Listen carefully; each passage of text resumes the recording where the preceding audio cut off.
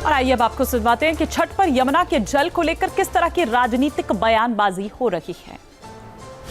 और एक नकली घाट बना के पीने के गंगा के पानी के लिए, पीने के गंगा के पानी से एक नकली घाट बना के छठ प्रधानमंत्री जी को मनवाई जाएगी। मैं दोबारा दिखाऊंगा, देखिए और ध्यान से देखिए। भारतीय जनता पार्टी की सरकार का फर्ज।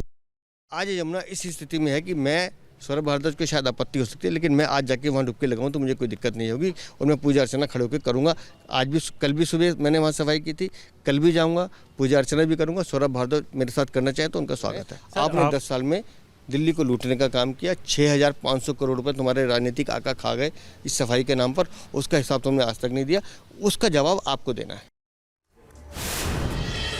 कोविड-19 के बाद यानी कोरोना के बाद पहली बार यमुना नदी के किनारे छठ का महापर्व मनाया जाएगा। और आप तस्वीर देख सकते हैं कि इस बार आपको जो यमुना का पानी है वो भी पूरी तरह से साफ नज़र आ रहा होगा, क्योंकि हरियाणा सरकार और दिल्ली सरकार के द्वारा जो कदम उठाए गए थे, बातचीत की गई थी, उसकी तस्वीर बिल्कुल साफ है। आप यमुना का पानी देख सकते हैं, क्योंकि इस बार यमुना का पानी आपको बिल्कुल साफ नज़र आ रहा होगा। और यही कारण है कि जो यमुना का पानी साफ है उसमें हरियाणा सरकार और दिल्ली सरकार के द्वारा जो आपसी तालमेल था, बातचीत थी और जो कदम उठाए गए थे, उसका असर आज साफ तौर पर देखा जा सकता है। यमुना का जो पानी है, हालांकि पानी स्तर भी इस बार बढ़ा हुआ है, क्योंकि हथनीकुंड बैराज से जो पानी छोड़ा गया है 20 अक्टूबर से लगातार, उसकी तस्वीर भी अपने आप में साफ दर्शा रही है। क्योंकि तस्वीर हमेशा सच बोलती है और तस्वीर बोलती है, बोलती हुई तस्वीर ठीक आपके सामने है।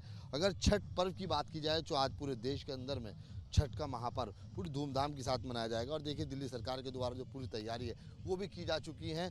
जो आप तस्वीर आपको सामने यहाँ से नज़र आ रही होगी, तमाम पंडाल यहाँ पे लगाए गए हैं और छोटे छोटे जो पंडाल हैं वो भी अलग बनाए गए हैं, ताकि किसी प्रकार से जो यहाँ पर छठ की पूजा करने के लिए आएंगे उनको किसी प्रकार की परेशानी ना हो। सामने आपको ठीक भजन बजते हुए नज़र आ रहे होंगे, क्योंकि यहाँ पे पूरा म्यूज़िक एक सेंटर लगाया गया है जहाँ पर भजन बज रहे हैं। और साफ तौर पे जो लोग यहाँ पे आएंगे, पूजा करेंगे, उनके लिए तमाम जो व्यवस्था है, ख़ास तौर से सुरक्षा व्यवस्था की अगर बात की जाए महिलाओं के लिए, वो भी पूरी तरह से की गई है। और जो रूट डाइवर्जन है वो भी पूरा किया जा चुका है। कोई भी बाहरी वाहन यमुना के पुल पर नहीं आएगा। हालांकि दिल्ली सरकार की जो यमुना की पहल थी सफाई को लेकर के, उस पर भी राजनीति तेज हुई थी। तमाम बयान सामने आने शुरू हुए थे। 11 साल बनाम 8 माह का जो राजनीति थी उसका भी खासा असर देखने को मिला।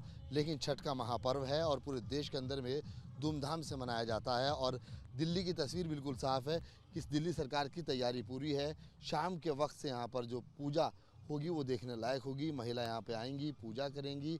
साथ ही साथ सफाई की अगर बात की जाए तो एक एक तस्वीर आप यहाँ से देख सकते हैं कि पूरी तरह से सफाई का खास तौर से ध्यान रखा गया है।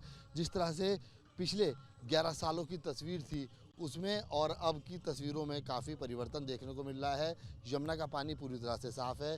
जगह जगह पर CCTV कैमरे लगाए गए हैं, लाइटें लगाई गई हैं, साथ ही साथ भारी पुलिस बल भी तैनात है। अब देखना सिर्फ इस बात का है कि जो महिलाएं यहाँ पे छठ की पूजा के लिए आएंगी, वो अपनी जब पूजा करेंगी तो उसके बाद की जो स्थिति है वो क्या होगी, तस्वीरें क्या अपने आप में बयां करेंगी, ये देखने वाली बात होगी। क्योंकि कल पूरे देश के अंदर में बड़े धूमधाम के साथ छठ का महापर्व मनाया जाएगा और दिल्ली सरकार के द्वारा जो तैयारियां हैं वो पूरी की जा चुकी हैं।